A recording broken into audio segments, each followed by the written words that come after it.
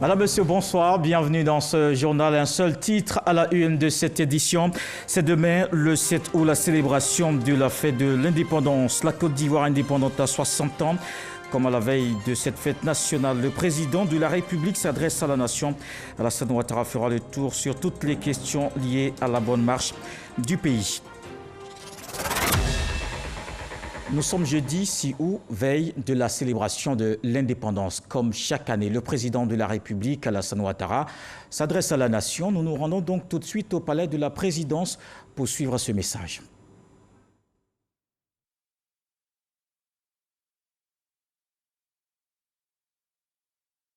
Ivoiriennes, Ivoiriens, mes chers compatriotes, chers amis de la Côte d'Ivoire, la Côte d'Ivoire célèbre ce vendredi 7 août 2020 le 60e anniversaire de son accession à l'indépendance. Cette date marque un rendez-vous important dans l'histoire de notre pays. Elle célèbre les hommes et les femmes qui ont porté le grand rêve de liberté pour chacun d'entre nous. J'ai d'abord une pensée pour le père de la nation ivoirienne, notre modèle, le président Félix Houphouët-Boigny, et pour ses compagnons qui, unis et solidaires, ont lutté et obtenu l'indépendance de notre pays. La célébration de ce 60e anniversaire de l'indépendance de notre pays est un hommage à leur mémoire. Cette célébration est aussi un hommage à toutes ces générations d'hommes et de femmes qui ont œuvré et qui continuent d'œuvrer, parfois au prix d'ultimes sacrifices à la construction de notre chère Côte d'Ivoire. Je pense en particulier à tous nos parents paysans qui font la richesse de notre pays, à tous nos fonctionnaires dévoués au service de l'État, à nos chefs d'entreprise et agents du secteur privé de tous horizons, dont l'engagement et l'ingéniosité font le dynamisme de notre économie, à nos enseignants de tous les niveaux qui forment notre jeunesse aux défis de leur temps, à nos médecins et personnels de santé qui veillent sur nous, à nos forces de défense et de sécurité qui donnent leur vie pour protéger les nôtres, à nos guides, tous nos guides religieux et chefs traditionnels, gardiens de nos valeurs, à nos artistes et nos artisans qui contribuent à enrichir et promouvoir notre culture, à nos jeunes qui aspirent à un bel avenir, à nos femmes, nos mères, nos filles et à tous nos compatriotes qui contribuent à la vie de la nation. Mes chers compatriotes, le 7 août est aussi le moment où la nation entière rend hommage aux grands serviteurs de l'État, à tous ses bâtisseurs, illustres ou inconnus, encore en activité ou disparus. Je pense notamment à ceux qui nous ont quittés récemment, au brigadier chef Degré Dédé Simplice et à ses hommes tombés au champ d'honneur lors de l'attaque du poste mixte armée-gendarmerie de Kafolo en juin 2020 en défendant notre idéal de paix et de sécurité. Au président Charles Kofi Dibi, grand serviteur de l'État, au Premier ministre Seydou Eliman Diarra, grand artisan de dialogue et de consensus, au cheikh Boakari Fofana et à Monseigneur Pierre-Marie Coty, deux hommes de Dieu, défendeurs des valeurs d'amour, de tolérance et de fraternité. Je pense également au Premier ministre Amadou Gon Coulibaly, homme d'État et de grandes compétences, modèle de loyauté, d'ardeur au travail et d'abnégation. L'émotion de sa disparition brutale le mercredi 8 juillet 2020, est encore vive.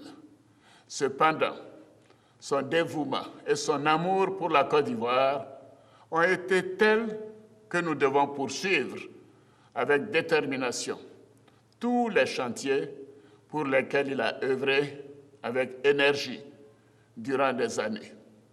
L'hommage national et international qui lui a été rendu est la reconnaissance de sa valeur et des sacrifices consentis pour notre pays. Puisse l'âme de tous nos défunts reposer en paix.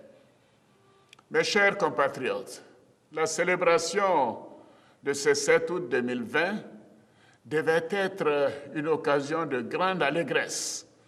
Nous avions envisagé d'en faire un moment mémorable avec un grand défilé militaire et civil à Yamoussoukro, notre capitale politique. Un défilé de toutes les forces vives de la nation pour illustrer les progrès réalisés par notre pays au cours de ces dernières années. Malheureusement, la crise sanitaire liée à la pandémie de coronavirus, COVID-19, a durement éprouvé la Côte d'Ivoire, à l'instar de la quasi-totalité des pays du monde. Face à cette réalité, nous avons décidé de limiter la célébration de la fête de l'indépendance 2020 à une cérémonie symbolique de prise d'armes sur l'esplanade du palais de la présidence de la République. En effet, la pandémie de coronavirus a entraîné le ralentissement des activités économiques, des pertes d'emplois dans le secteur privé et une baisse importante des revenus dans le secteur informel. Les conditions de vie des ménages vulnérables se sont détériorées. Le taux de croissance du PIB, initialement prévu à 7% en cette année 2020, pourrait connaître une baisse importante pour ressortir à 0,8% si la crise perdure jusqu'à la fin de l'année.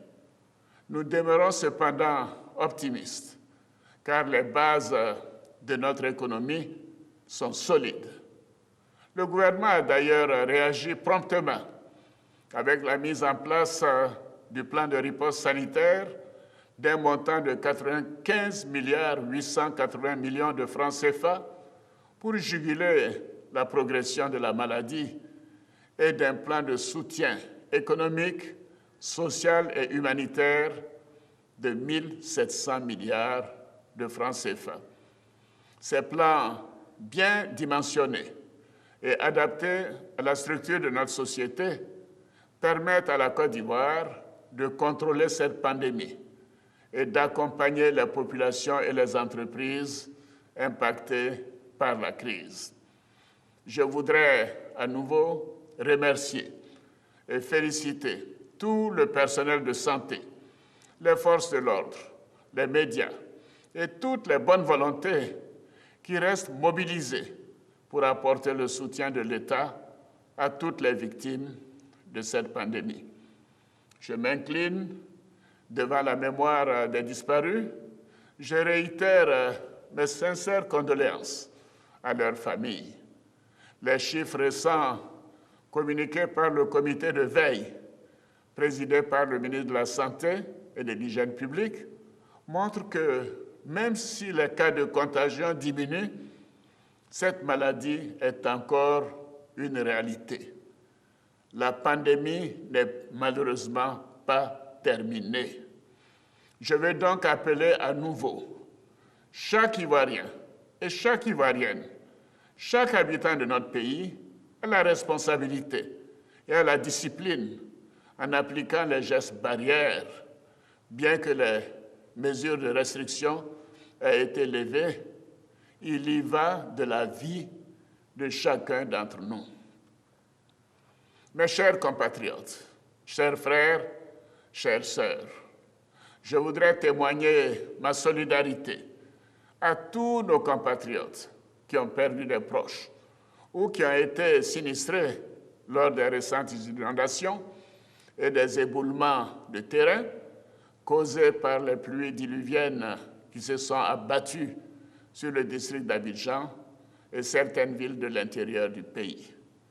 Je salue à nouveau la mémoire, le courage et l'engagement de tous nos vaillants soldats qui ont perdu leur vie en défendant la patrie au cours de l'attaque du poste mixte armée-gendarmerie de Kafolo. Je me félicite de l'action de l'état-major général des armées et de nos forces de défense et de sécurité qui a permis d'identifier et de mettre aux arrêts les auteurs de cette attaque terroriste. Je voudrais rassurer tous nos concitoyens que face à la menace terroriste, le Conseil national de sécurité reste fortement mobilisé. Toutes les dispositions sont prises pour la sécurisation de nos frontières terrestres, de notre espace aérien et de nos approches maritimes, ainsi que pour la protection de nos populations sur l'ensemble du territoire national. Mes chers compatriotes, chers frères, chères sœurs, ce 7 août 2020 marque la 9e année de ma gestion au service de la Côte d'Ivoire. 9 années au cours desquelles nous avons travaillé sans relâche pour placer la Côte d'Ivoire sur une trajectoire irréversible de développement. Nous avons ainsi pacifié tout le pays et ramené la paix et la sécurité sur l'ensemble du territoire. Nous avons réformé et rendu notre armée plus professionnelle pour faire face aux défis actuels de sécurité et de lutte contre le terrorisme. Nous avons redéployé notre administration sur l'ensemble du territoire national, rapprochant ainsi l'État de nos concitoyens et des localités les plus reculées. Nous avons donné un statut à nos rois et chefs traditionnels afin de renforcer leur rôle de médiation dans la République. Nous avons fait de notre économie l'une des plus dynamiques au monde, avec de bonnes politiques économiques et financières, ainsi qu'une gouvernance rigoureuse. Nous continuons de travailler pour que tous nos concitoyens bénéficient des fruits de la croissance. En dépit d'un contexte particulièrement difficile, cette année, nous avons poursuivi la mise en œuvre du programme d'action prioritaire et des grands projets sociaux. Ainsi, nous avons raccordé des millions de nos concitoyens à l'électricité et à l'eau potable. Nous les avons rapprochés des écoles et des centres de santé grâce à des investissements massifs. Nous avons lancé la couverture maladie universelle. Nous avons amélioré de manière substantielle les revenus de nos parents paysans, augmenté les salaires des fonctionnaires et le SMIC. Nous avons financé les projets des jeunes et des femmes pour le bonheur de millions de familles ivoiriennes. Nous avons doté notre pays d'infrastructures modernes et désenclavé des centaines de localités. Nous avons relancé les programmes de logements sociaux pour les familles ivoiriennes de classe moyenne et à revenus modestes. Nous avons étendu le programme de filets sociaux qui couvre maintenant une bonne partie du territoire national. Toutes ces actions ont permis de faire reculer la pauvreté de 15,6 points de pourcentage depuis 2011. Ainsi, l'étude régionale sur la pauvreté de l'UMOA et de la Banque mondiale confirme que la Côte d'Ivoire est passée d'un taux de pauvreté de 55,01% en 2011 à 39,4% en 2018. Ce sont donc plus de 4 millions d'Ivoiriennes et d'Ivoiriens qui ont été sortis de la pauvreté. Il nous faut aussi poursuivre la dynamique de transformation économique dont l'une des attentes fortes demeure l'emploi des jeunes et des femmes, ainsi que le développement social. La Côte d'Ivoire doit également se projeter dans l'avenir. C'est pourquoi le gouvernement s'attelle à parachever la programmation et la planification stratégique à travers notamment la finalisation de l'étude diagnostique et stratégique Côte d'Ivoire 2030, le plan national de développement PND 2021-2025 et le plan d'investissement public PIP 2021-2023. Mes chers compatriotes, il est important que ces performances puissent se maintenir pour les prochaines années dans la paix et la stabilité. Et pour la paix, nous avons amnistié la quasi-totalité des prisonniers civils de la crise post-électorale. La grande majorité de nos compatriotes réfugiés ont été rapatriés en garantissant leur sécurité et en facilitant la réintégration dans l'administration de ceux qui étaient fonctionnaires. J'ai procédé ce jeudi 6 août 2020 à la signature d'un décret accordant une grâce collective. Cette mesure de grâce bénéficiera à environ 2000 de nos concitoyens condamnés pour des infractions mineures.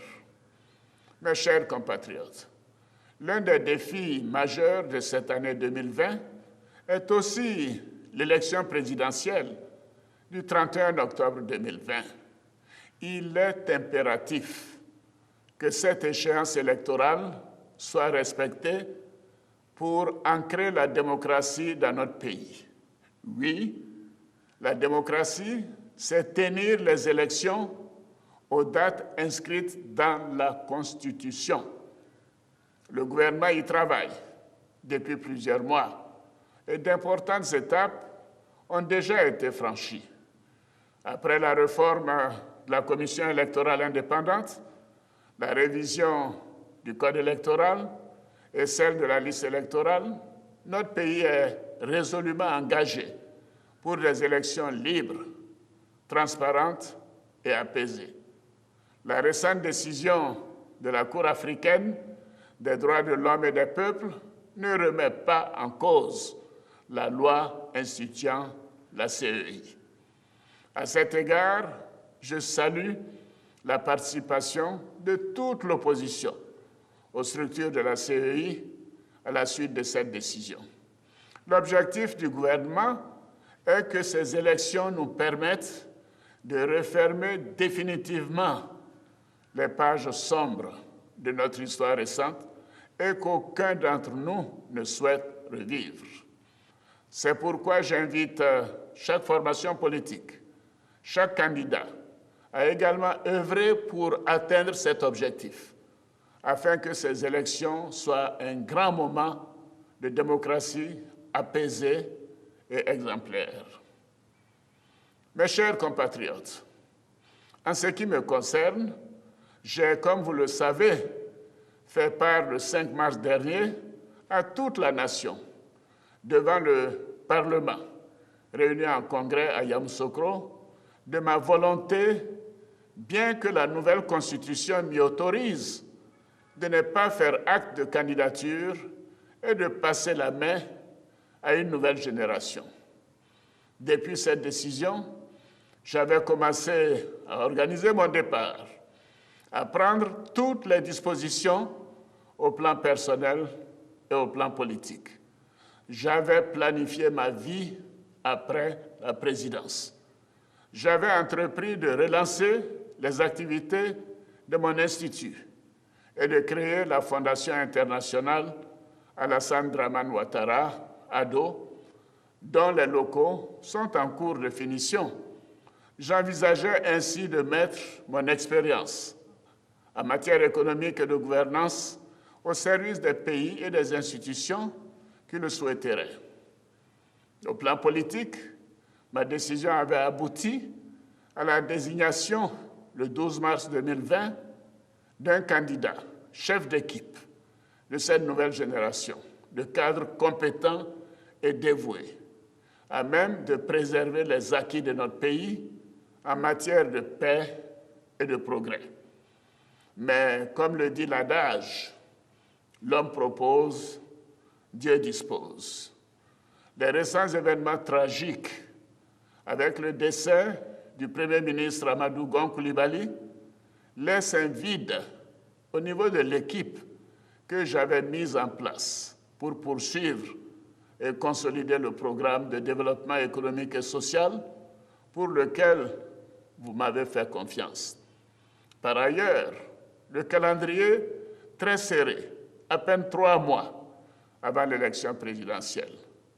Les défis auxquels nous sommes confrontés pour le maintien de la paix, la sécurité nationale et sous-régionale, ainsi que la nécessité de juguler la crise sanitaire.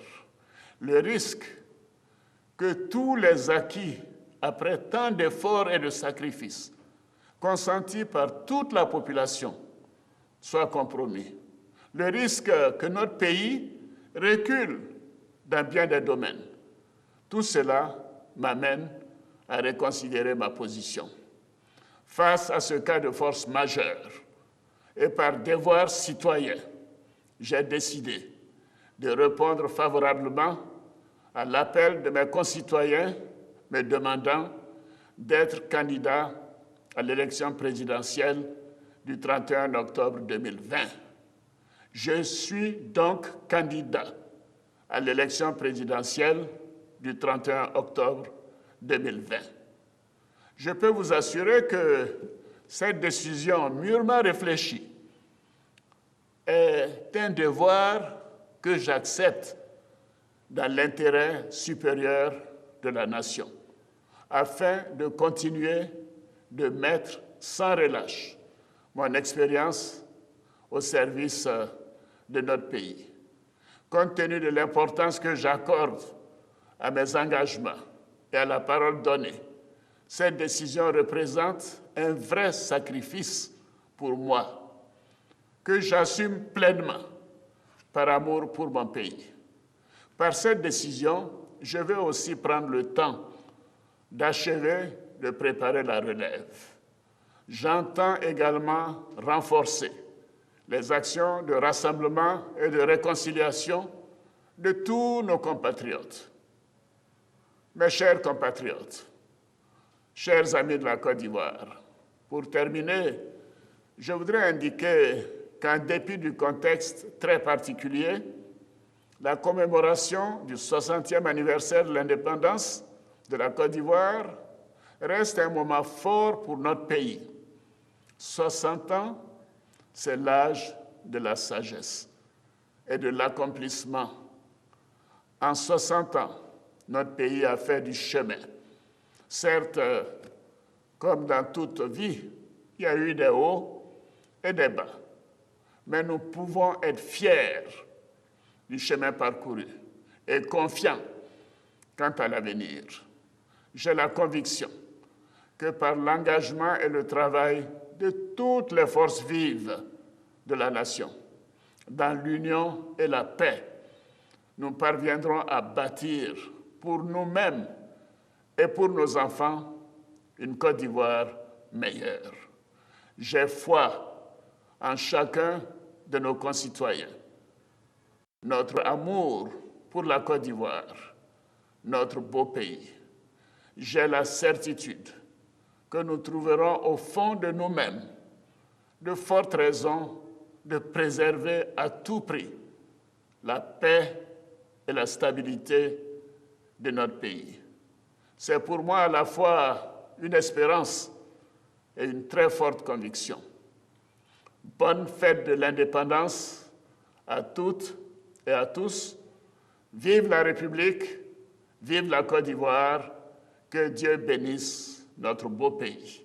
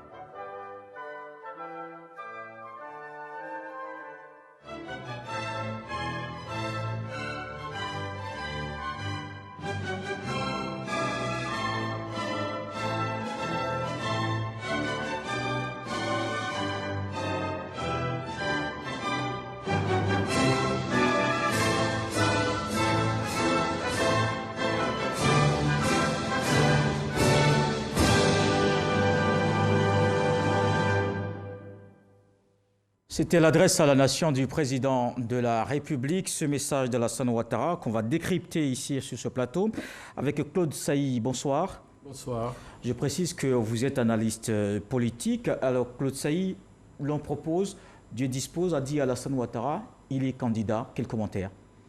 Il y a 6 mois, le 5 mars, j'étais assis à cette même place, sur ce même plateau avec un de vos confrères, où j'écoutais lors de son allocution au Congrès, devant les 2 chambres, sa décision de ne point briguer un autre mandat. Et j'en avais été meurtri, on l'avait expliqué. Alors, l'on propose et Dieu dispose. C'est effectivement la nature humaine face à la divinité. Le président Ouattara, après avoir rendu hommage au peuple, est revenu sur ce point capital. Et il a égrené lui-même les raisons pour lesquelles il se présentera à cette élection.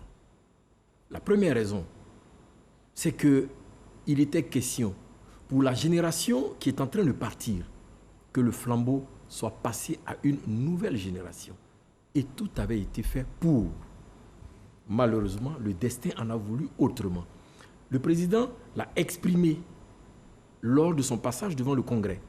Et il l'a manifesté par la désignation du choix du candidat du RHDP qui devait être son successeur à lui, le Premier ministre Amadou Gon Coulibaly. À quelques mois de ces échéances, il était important de comprendre que le drame, la tragédie que vivait le pays, mais ensuite le parti dont il est le président, ne pouvait que prendre une décision forte. Alassane Ouattara qui avait déjà commencé à faire sa reconversion. De son institut qui réactivait. Premier point. Le deuxième point, c'est que tous ces acquis ont été ces derniers temps un peu ébranlés par la pandémie de Covid-19. Toutes les prévisions disent que la situation est alarmiste pour beaucoup de pays, mais pour le nôtre, et le président l'a reconnu. Alors, face à de tels défis, face à de grands mots, il faut de grands moyens. Face à des situations difficiles, il faut des hommes d'État et de conviction. Troisième élément, c'est la question de la sécurité intérieure de nos États face à la montée du terrorisme. Le Burkina, le Mali et bien d'autres pays. Et la Côte d'Ivoire n'a pas échappé. Alors, la sécurité intérieure de notre pays requiert qu'il y ait une réponse vigoureuse. Maintenons les acquis. Quatrième élément, la Côte d'Ivoire a eu cette chance, après le départ du président Félix Houphouët-Boigny, d'avoir 4 personnalités qui ont dominé la vie politique ivoirienne. Henri Konan Bédié, Laurent Gbagbo, Robert Gueye, Alassane Ouattara. D'une même génération. Et ces 4 personnalités, par la volonté de la Providence, ont assumé les plus hautes fonctions d'État. La présidence du président Alassane Ouattara est donc la boucle qui devait permettre et qui doit permettre de tourner la page de cette génération des héritiers du Houphouët-Boigny. Du coup, nous passons donc d'une constitution à une autre, donc nous passons d'une république à une autre. Et c'est dans cet esprit que le président Ouattara avait donc voulu procéder à la formation, à la préparation de cette nouvelle génération, de sorte à ce qu'elle assume les plus hautes fonctions. Le destin n'a pas voulu ainsi. Ça ne sera pas pour cette fois. Ce ne sera pas pour cette fois. Peut-être pour... Et donc, bien évidemment, face à tout cela, et un dernier point, mais face à la montée de la population, la volonté populaire, qui lui disait, tous les jours, vous ne pouvez pas nous laisser, vous ne pouvez pas vous dérober, vous ne pouvez pas démissionner, vous ne pouvez pas partir, parce que le pays est à la croisée des chemins. Écoutez, face à cela, le président ne pouvait que répondre favorablement. Alors, quelles sont les prochaines étapes, notamment au sein de son parti, le RHDP? Non, je crois que la machine avait été déjà mise en branle. Tout avait été mis en branle par rapport à la personnalité du Premier ministre Amadou Gon Coulibaly. Et aujourd'hui, il s'agira de reformater, et je crois que c'est des choses qui sont très faciles à faire, surtout que le produit n'est même plus à présenter. Le produit Alassane Ouattara, le candidat n'est plus à présenter. Vous savez, nous sommes tous Ivoiriens et nous nous connaissons. Le président Alassane Ouattara, avec son expérience, avec son expertise, est un atout pour la Côte d'Ivoire. Un atout pour son parti, le RHDP, mais une chance pour la Côte d'Ivoire. Parce que les défis que nous devons relever, c'est de préserver ces acquis-là et ne pas tomber dans la rhétorique idéologique ou la rhétorique populiste ou par le repli identitaire. Du coup, sa candidature fait peur à ceux qui n'avaient pas prévu ce scénario. Et ce soir, avec sa déclaration, je pense qu'il vient chambouler beaucoup de choses, mais pour le bonheur des Ivoiriens. Alors, il a pris cet engagement, là encore, il a réitéré. Une élection présidentielle apaisée, est-ce que cela suffit à rassurer tout le monde sur cette présidentielle d'octobre 2020? Oui, en principe. En principe, parce que si vous allez dans les différents états-majors des partis politiques, ça s'anime. Chacun des partis politiques a procédé à une convention de désignation du candidat. Cela veut donc dire que tout est en marche pour que nous partions à ces élections-là de façon apaisée. Mais vous savez très bien que sortir des crises que nous avons connues, par les antagonismes que beaucoup de leaders politiques ont, il n'est pas évident. L'objectif, c'est de comprendre que si la Côte d'Ivoire a connu un premier miracle économique et que la Côte d'Ivoire a été appelée havre de paix, c'est parce qu'il y avait une stabilité. Tout développement stable, tout développement requiert que cela repose sur la paix, la cohésion sociale. Et je pense que le président a posé des actes forts ce soir. Libérer les prisonniers, accorder des grâces. Alors justement, cette grâce collective, oui. de qui il s'agit concrètement? Qui est concerné par cette grâce collective? Il a dit tous ceux qui sont frappés par les droits, les prisonniers de droit commun. Voilà. Et cela, ça se fait chaque année. Vous savez, les discours de fête d'indépendance sont des discours qui permettent de faire le bilan, mais des perspectives d'avenir. Et cela permet de décrisper l'atmosphère. Il y a eu des actions politiques qui ont été menées. Une ordonnance a été prise qui permet à tous les partis politiques significatifs d'être membres de la commission électorale indépendante, de sorte à ce que le jeu soit ouvert. Et le président de la République l'a fait. Je pense qu'il l'a fait dans l'optique d'apaiser les cœurs. Et c'est cela aussi le rôle d'un chef d'État. Aujourd'hui, en faisant cette déclaration, il permet à la Côte d'Ivoire de repartir sur de nouvelles bases. Et je voulais profiter pour rassurer nos amis, les amis de la Côte d'Ivoire. Ils n'ont pas à être inquiets. Ils doivent comprendre que la Côte d'Ivoire est en train de procéder est en train de partir vers la fin d'une ère, d'une génération. Et vous savez, tout changement de cycle entraîne quelques inquiétudes. Et ce sont ces soubresauts-là que vous entendez dans les différents états-majors politiques. Mais Alassane Ouattara ouvre des perspectives d'une nouvelle dynamique en Côte d'Ivoire. Et je pense que c'est un grand jour parce qu'au moins, il permettra de fermer définitivement la page de tous ces héritiers du Fauboigny qui, pendant 25-30 ans, se sont affrontés, se sont confrontés. Et lui permettra de passer le flambeau à cette nouvelle génération. Et c'est un bonheur total pour la Côte d'Ivoire. Parce qu'au-delà de notre dynamisme diplomatique, vous savez, il y a ce dynamisme-là de l'économie, mais le dynamisme structurel. Et c'est cela qui a fait le rayonnement de la Côte d'Ivoire. Et on ne peut pas perdre tout cela par des antagonismes qui n'en valent pas la peine. C'est un grand discours à la nation et vraiment respect au président de la République. Les jeux sont ouverts, mais qu'on y aille alors pour que la Côte d'Ivoire retrouve enfin la cohésion qui lui permettra de bâtir sa stabilité. Y aller justement dans la paix. Merci Claude Sailly, analyste politique avec qui nous avons décrypté à chaud cette analyse, cette adresse du président de la République à la nation à l'occasion de la célébration de l'an 60 de l'indépendance. Et cette Côte d'Ivoire indépendante mise sur la paix et la cohésion sociale. Le Premier ministre reçoit les partis politiques pour en parler. Ahmed Bakayoko a échangé avec des acteurs de la scène politique ivoirienne, des responsables du FPI, du PDCI, du RHDP à la primature ce jeudi. Le chef du gouvernement leur a exprimé sa volonté de maintenir avec chacun un dialogue permanent. Alexis Ouedraogo. Premières audiences du nouveau patron de la primature. Ce jeudi, Ahmed Bakayoko reçoit les acteurs clés de la scène politique ivoirienne avec qui il partage sa vision, celle d'impulser le dialogue et consolider la paix. Ouvrant le bal de ces rencontres, Pascal Affi-N'Guessan, président du Front populaire ivoirien, en salue la démarche. Il a tenu à nous rencontrer pour nous faire part de l'esprit dans lequel il entend mener cette mission. Un esprit d'ouverture, un esprit de dialogue, un esprit d'échange, afin que tous les problèmes qui peuvent se poser à la nation soient réglés dans le cadre du dialogue de façon apaisée, afin de consolider la stabilité politique, économique et sociale de notre pays.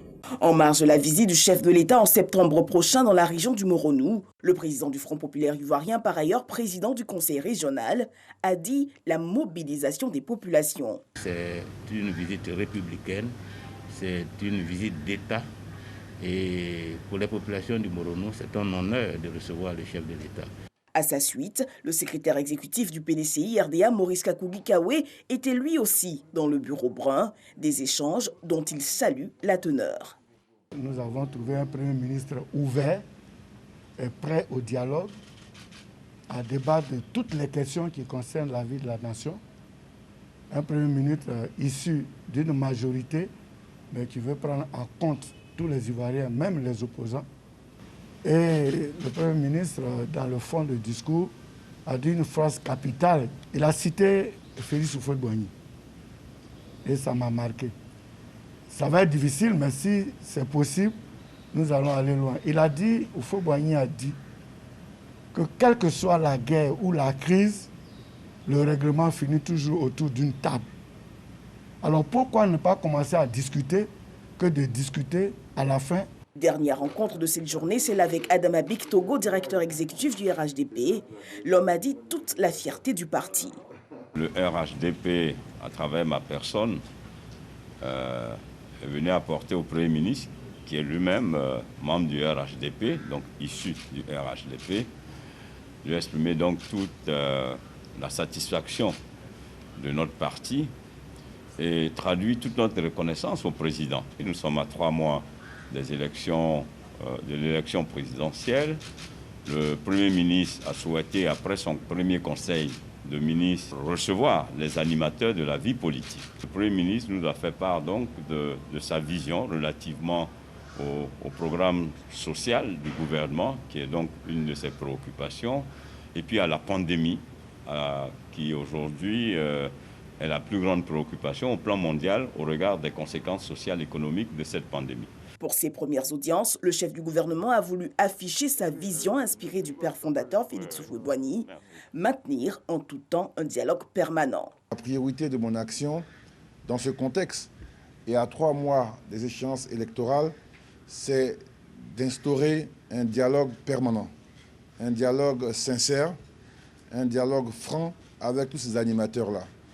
Ma conviction, c'est que quand nous parlons, et quand nous parlons bien, les choses sont très différentes. Donc ça nous permet de faire l'économie de crise qui ont des conséquences bien souvent dramatiques pour nos États. Donc j'ai tendu la main du gouvernement. Notre disponibilité a paru de tous les sujets. Bien heureusement, dans notre pays, toutes les partis ont gouverné. Toutes les partis ont connu un cheminement dans l'opposition. Donc chacun connaît les contraintes de l'État. Et chacun aussi connaît les enjeux des opposants. Donc nous devons pouvoir nous parler, franchement, et savoir, comme je dis, raison garder, pour voir qu'est-ce qui est possible et qu'est-ce qui ne l'est pas. Mais que le fil du dialogue soit permanent. Ahmed Bakayoko n'a pas manqué d'adresser ses bons vœux pour la célébration de l'indépendance. Je voudrais souhaiter une bonne fête de l'indépendance à tous nos concitoyens. C'est le 60e anniversaire. Le président de la République avait prévu une grande célébration. Malheureusement, les contraintes et les mesures de restriction liées à la pandémie à Covid-19 nous imposent une cérémonie sobre, mais forte, en symbole qu'est la prise d'armes, c'est-à-dire notre rassemblement autour du drapeau, qui est le symbole le plus fort de la nation. Je vous souhaite bonne fête et je demande à nos concitoyens de nous faire confiance. Et des acteurs politiques qui préparent la présidentielle d'octobre 2020. Le processus est en cours. Le contentieux sur la liste électorale ouverte depuis hier. Les électeurs se rendent pour déposer leur requête dans les commissions locales. Sidonie Davila a fait le tour de quelques centres. Voici son constat. Siège de la commission électorale locale au Plateau. Il est 15 h. C'est le moment du point des réclamations de la journée. CC Plateau 1, il y a eu 7 réclamations. Et CC Plateau 2, il y a eu 13. Les réclamations concernaient les inscriptions, c'est-à-dire qu'il y a eu des émissions qui ont été faites, donc il fallait les réinscrire. Et il y a eu aussi ceux qui ont eu des erreurs sur leur nom, ils viennent pour procéder, n'est-ce pas, à la rectification. Depuis hier mercredi est ouverte la période du contentieux lié à la liste électorale. Les électeurs concernés y vont soit pour des cas de correction, de radiation ou encore d'inscription. D'aucuns disent qu'ils n'ont pas leur nom sur la liste alors qu'ils ne prennent même pas le temps de bien vérifier. Et surtout que nous avons reçu une bonne formation, donc on essaie de les guider. Un peu plus tôt, l'équipe de Laurent Orso, vice-président de la commission électorale locale au plateau, recevait Abou Richard Dahon, un requérant. C'est trouvé qu'il y a mon nom, mais il y a un nom qui manque là-dedans. Je me suis renseigné, on m'a dit de venir demain pour rectifier ça avec le récépissé. Ce vendredi 7 août, jour de l'indépendance du pays et jour férié, les commissions locales restent ouvertes. Les centres dédiés, CEL, sont au nombre de 558, dont 53 à Abidjan. Un appel à tous les électeurs afin de venir vérifier leur nom sur les listes électorales parce que demain prend fin la phase de réclamation. Les réclamations durent 3 jours, du 5 au 7 août prochain. Elles font partie de la période du contentieux qui s'étend sur 17 jours. Cette période comprend également l'affichage des réclamations, la délibération et l'affichage des décisions avant l'arrêt de la liste électorale définitive pour la confection des documents électoraux tels que les listings électoraux et les cartes d'électeurs. La Côte d'Ivoire prépare, comme on vient de le voir, la présidentielle d'octobre. Le pays reste aussi déterminé à mettre fin à la Covid-19.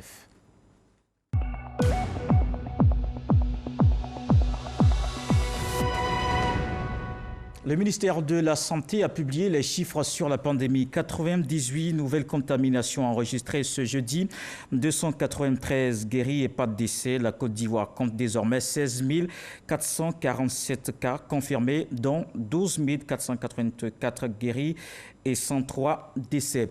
Rappelons avant de refermer ce journal qu'Alassane Ouattara brigue un autre mandat. Le président de la République s'est adressé à la nation ce soir pour suivre la dynamique de transformation économique, maintenir la paix et la cohésion sociale. La grâce collective à 2000 condamnés pour des infractions mineures. Le président de la République qui rassure, la présidentielle d'octobre va se tenir dans la paix.